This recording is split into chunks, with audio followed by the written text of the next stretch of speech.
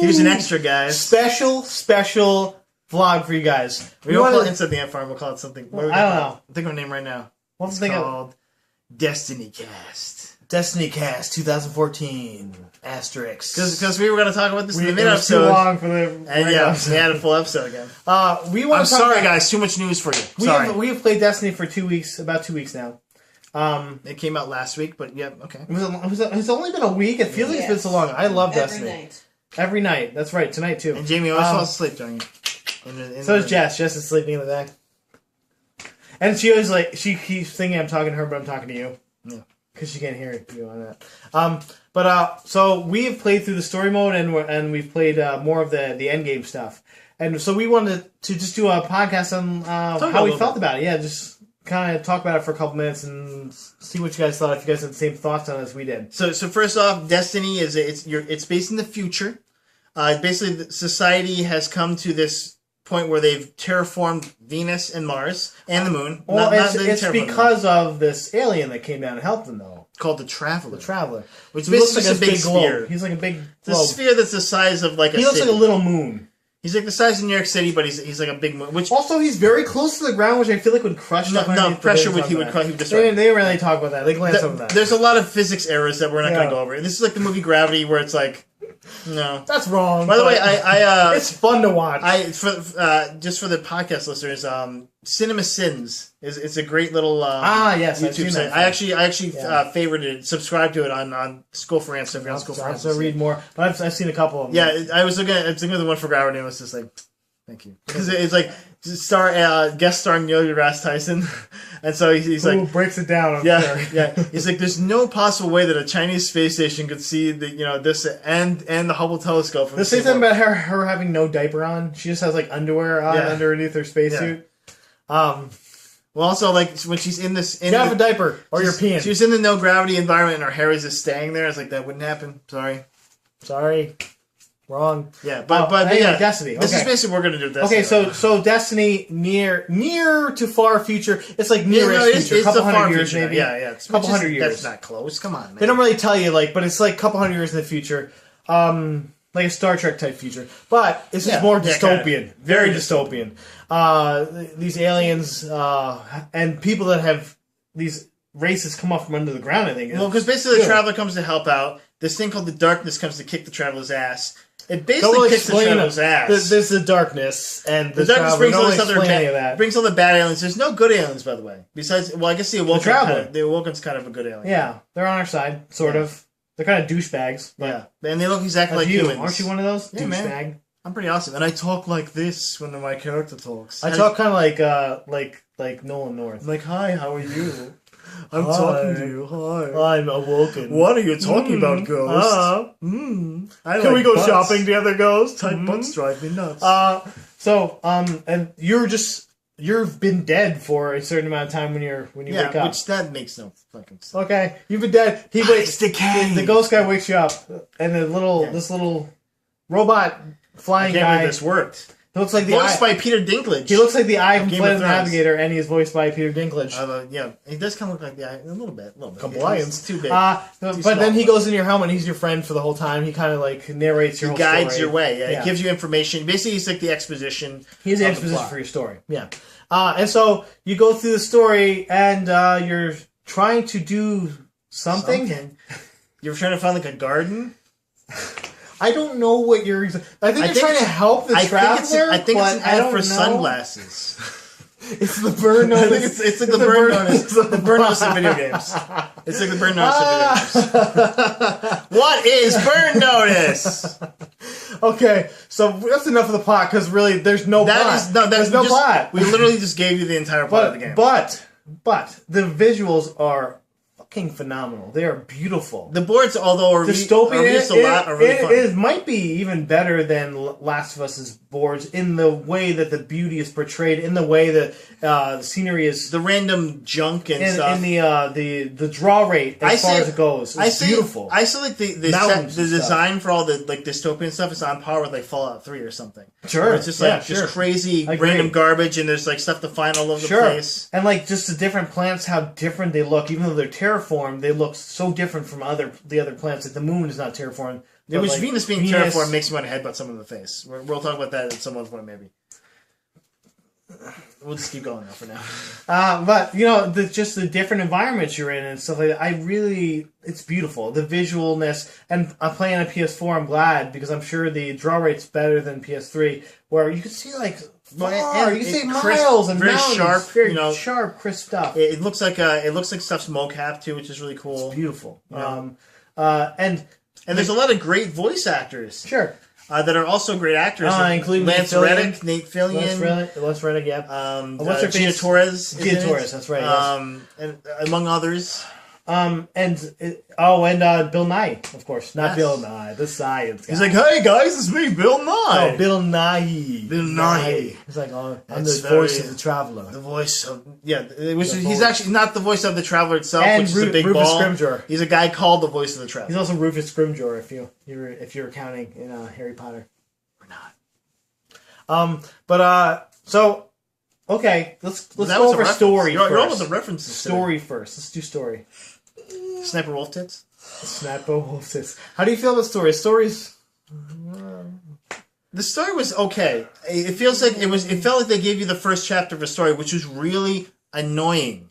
Because I paid for a full game. Yeah. I don't want, and I'd love to play the story of the game, and then they're like, "Oh yeah, by the way, nothing was resolved." Bye. And you're like, "Wait, no, I just beat the game. I got this big fucking ball over here that I think I'm helping. I didn't do anything for him though. Yeah, I did nothing for him. You literally do nothing for this guy. You don't solve any problems. You find a piece I'm of not the sure traveler, what happened. which means nothing. Like what happened? Yeah, by the way, this is gonna be a spoiler cast because we're spoiling things. Yeah, let's put spoilers in the first sentence. But what? Why? Why was I helping him? Honestly, I feel like they really skimped on the story for the multiplayer aspects. I really hope that in the season pass they do a little more explaining. And I understand But if that's they annoying. That though in itself is annoying. See what you said, their season pass, because you know that story's already on the disc or already in the story. It sure is. You paid $34 to get $35 to get an extra amount of money. It'll say like 750 kilobytes, and it'll just fucking make unlock it this. Yeah.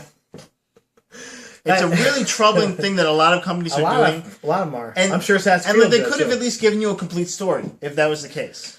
At least something that had a good cliffhanger. Yeah, like I didn't get what I was doing. Definitely, like where it was like, oh, and then this happens, and, and then we're done. Like, oh, and here's a cliffhanger. I want more. Like Empire Strikes Back I want shit. more. Yeah, because Empire Strikes Back shit would have been okay. Something's gonna happen, But it's like there's a piece here, and then nothing happens. And then you kill a big dude. Like, okay, I killed a bunch of big dudes. Then nothing happens. Oh, and also the tired mechanic of. You have to fight off 3 waves of dudes before I can unlock this. Everything is 3. But we'll say Tower of 3. Oh, it's always 3. And you're like, okay, I get it, guys. My ghost is unlocking something. I have to kill 3 waves of dudes. Oh, here we go. What's going on? Oh.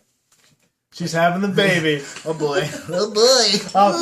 Baby cast. So baby cast. Okay, but this game though for me isn't about the single player. I agree. It is about the multiplayer. I agree. And, we're complaining about the single player, the story mode a lot. It was shoddy. And I'm one of those people, I love story. By the way, they put $500 million into this. They can't come up with one decent story. $500 million. But after you get to level 20, there's a lot of fun stuff still going on, Yeah. Like the level cap is level 20 right now. I'm assuming that they're going to try to make this almost into like a massively multiplayer game. Oh, definitely. Where they add 2 and 3 and 4, but they add it into this same game. You're in the same world. It's not like Halo where it's a different story. I have a feeling it's going to be like at least 20 levels per game that you can get. Yeah, exactly. But it's going to be you're going to feel like you're in the same world, which is I like. It's like playing a massive multiplayer online game, but also playing a really good Halo game. And you can tell that you can see the pedigree that Bungie has there. The enemies kind of act the same for one thing. They do act a lot like Halo enemies. Yeah, which is like I do love they have the little henchman dude's like, hey, I'm gonna run out. I do love the Martian enemies look exactly like the enemies from the good aliens from the fifth. The big fat guys. The fatties. Well, also the Vandals. I love those guys. The Vandals look kind of like an Arbiter too. So it's they do. Yeah, a little bit. Yeah. Like an armored dude with the weird amount of arms and a weird proportion body in the face. Fuck you, Vandals. Yeah. Like vandalize your face. Yeah, I'm gonna vandalize your head.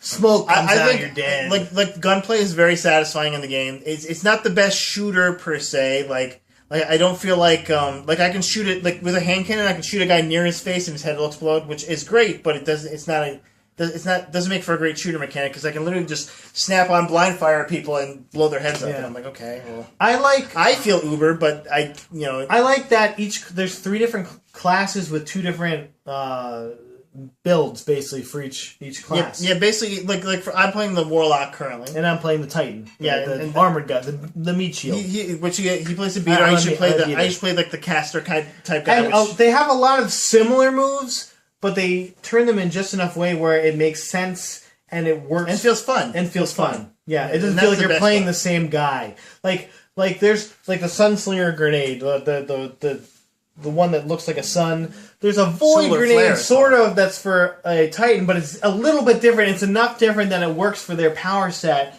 and it makes sense. And I kind of like that they do that. Because they didn't put too much work into it. Well, and you can do some fun stuff with that. You said you punched a dude into that void and killed him. Yeah, and there's a lot of different builds that you can have for your guy. Like you can there's 3 different types of grenades that you can have for the one thing, and 3 different types of even the lift move where you jump, double jump, and super jump. You could do different super jumps. One was you can go higher, or you can Faster, have better control, or you can go up really fast. I'm like, okay, that's kind of cool because you can do it. You can it's good do it your customization. Yeah. I like that. And the light system is kind of weird, where a lot of it feels which is how you level after level 20. It's a lot of random. I have to get random drops. Yeah, but agreed. There's a lot of cool stuff you can get. There's a lot of cool things that add-ons you can get if you level up your weapons. I dig that. Yeah. So far, I think it's a lot of fun. I like the enemies have a good variety. I think too. Like the Cabal are really hard to kill. Mm-hmm. I like that. They're big and slow, but they'll run at you and punch you and stuff like that. Whereas the other guys, some guys hide. Those guys with the shield, the Cabal guys with the shield can kill you just by hitting with the shield and kill you. Yeah, but I'm a beast.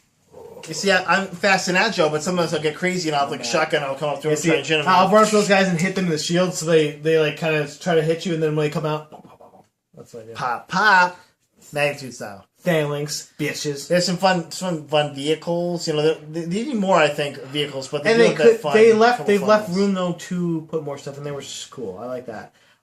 If you pay for it, this is. They have some free. The events. They've been doing events. Yeah, and the events. The Queen's thing. The Queen was kind of this secondary role that seemed like it could have been cool.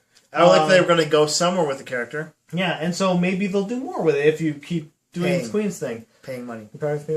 But I really like the PvP in this. I know you're not a huge fan of it, but I don't really like PvP at all. That's the thing. I just don't like PvP. I'm not a huge fan. You're more of a PvP guy than I am. I hate PvP. But I'm not a big fan of arena PvP. I like realm PvP. I don't like it. Dark Age of Camelot. I don't like it. I hate it. I'm just always nervous, and I'm usually the worst player there. But there's some PvP events where you don't have to be the guy that has to kill everyone. There's one. You're also a walking tank. The one I like is called Control, where I can just stand by a flag and get that flag for my team, and then my team gets points. And I get points. That's the only way I really get points because I'm not good at shooting people in the head, so they murder me. I get a couple good looks. Especially if they don't see me, I'll punch them in the back of the head, and then I'll win because my guy's a puncher. That's the Titans are really good at melee. So if they don't see me, I'll punch them in the back of the head and win. I'm like, yeah, gotcha. But if they do see me, then I'm fucked because I'm really bad at shooting people. Actually, just so you know, Titans are probably the worst at melee. No. The one is a defender. The other one is a melee. It's made to be because he's got electric fist and he's got that devastating punch where he kills a lot of people. I've not made a Titan. When you get that thing leveled up, you can have four even PvP guys, guardians. You come down the middle of them, all dead. It's amazing, but then you have to get it back up. You have to get the orbs light to get it back up. But it's great if you're in a big group where you got 4 or 5 Cabal guys or something, all dancing around. Even the yellow guys, you get the yellow guys in the middle, they're dead. That's why it's awesome. It's a great build if you just getting in the middle. So we can agree that Destiny definitely has some potential. There's some great potential. Just the visuals, a lot of replay value. The visuals alone, I think, make it worth buying. but it's a great. I think my favorite part is probably the pop in, where you can just pop into someone's game, on your friends' list. And we've had a lot of fun. And we're old school. We're used to being next to each other playing 2-player. Like 2-player. Well, we played the original Halo in the co-op port when they came out with the co-op version for that, and the Halo 2 as well when they came out. With and Resistance there's a lot of Resistance. Where you get to be the black guy. The black guy. You're either the protagonist or the black or guy. The other guy. They don't give him a name. He's just the black guy. But and Army of Two, we've played games that are like kind of this dystopian war first-person shooter type thing. But we always had to play them together. And now we could put our earpiece in, plug it into our controller, earpiece. Play right over there. Yeah. Oh, I don't know what you use, but I have the earpiece that comes with it, and I put it in, and I know. I have the digital version. Oh, it's just like a little headset with the Bluetooth? Voice thing. Yeah, it's like a little kind of cool. Playing your paddle. Kind of awesome. Oh, I wonder why Jamie could hear me, because I was like, okay, yeah, because Jess can't hear me because it's well, I didn't know. I was like, oh, it probably won't work. That's fine. And then I heard him go, hey, what's up? And I'm like, the fuck? Yeah, because it comes with it. I was like, can you hear me? And you're like, yeah. And I was like, okay, what? I guess it's my PlayStation 9. It comes with it, so I'm just like, yeah. Okay, so every time I cuss, you can hear it. I won't talk shit about your wife. That's good. You shouldn't talk about shit about my wife anyway, because I love her. But I think there's a lot of good replay value. Definitely, especially if you have friends. Like I have a couple other friends that are playing right now, and I've been playing with them and you, cheating, behind your back, What are you saying about me? Drink. You said something, and you said something about drink for two. Talking trash about my wife. I said, don't ever talk trash about my wife. Drink for two. I was doing it for the podcast in case you watched. Go ahead, talk trash. Hero Framer. Crush your head. I love you. She's gonna have their son tomorrow. So we gotta end this. Yeah, we gotta end this. Hey, you know what? This is great though, and I really think I'll try and put this up tomorrow. We don't really have a rating for this, but I think this is a great game. Yeah, you can't really rate something like this. It's ongoing, really. Yeah, and there's going to be a lot more added to it. I don't think they're going to miss. I think it was worth the money they put into it because I think they're going to make some money. But if you're going to play a PS4, send me a friend request. Yeah, this guy too. Beodrid right here. And Meteorot. Meteorots, because we can't change our names on PS4. We'll get in. The more friends, the better. We love it. So. Exactly. It's a lot of fun. But otherwise, guys, thanks for coming. Stay classy. Fang Fum. I'm not drinking.